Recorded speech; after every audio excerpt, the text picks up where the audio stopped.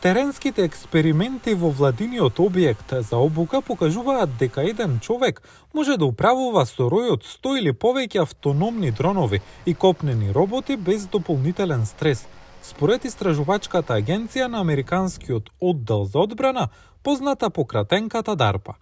Командантот користи виртуелна реалност за распоредување и следење на леталата во симулирана средина. Нивната мисија е да се движат низ урбаната средина, избегнувајќи пречки и проводници на струја, за да собираат разузнавачки информации.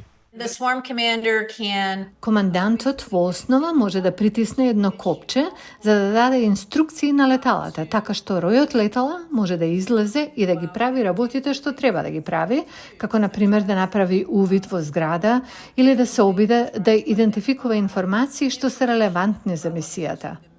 Наодите покажуваат потенцијал за воена, но и за цивилна употреба, како што е испраќање дронови при природни катастрофи.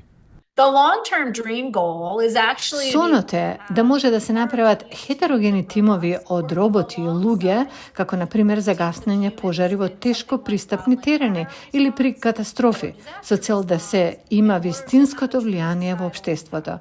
Сакаме луѓето да можат да се фокусираат на задачата што само тие можат да ја завршат, но исто така да обезбедиме нашите одговорни лица да се побезбедни со тоа што им даваме технологии да им помогнат да се справат со ситуациите во кои влегуваат. Дроновите исто така може да се користат, а веќе и се користат за побрзи испораки на пратки.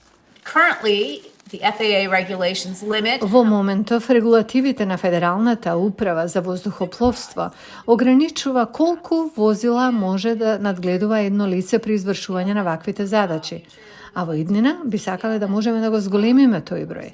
Резултатите што ги добиваме со овој проект се првите објективни резултати кои покажуваат дека еден човек може да биде одговорен за многу голем број на беспилотни возила и тоа ќе помогне да се унапредат регулативите на Федералната управа за авиација што се однесуваат на компаниите кои користат дронови за испорака.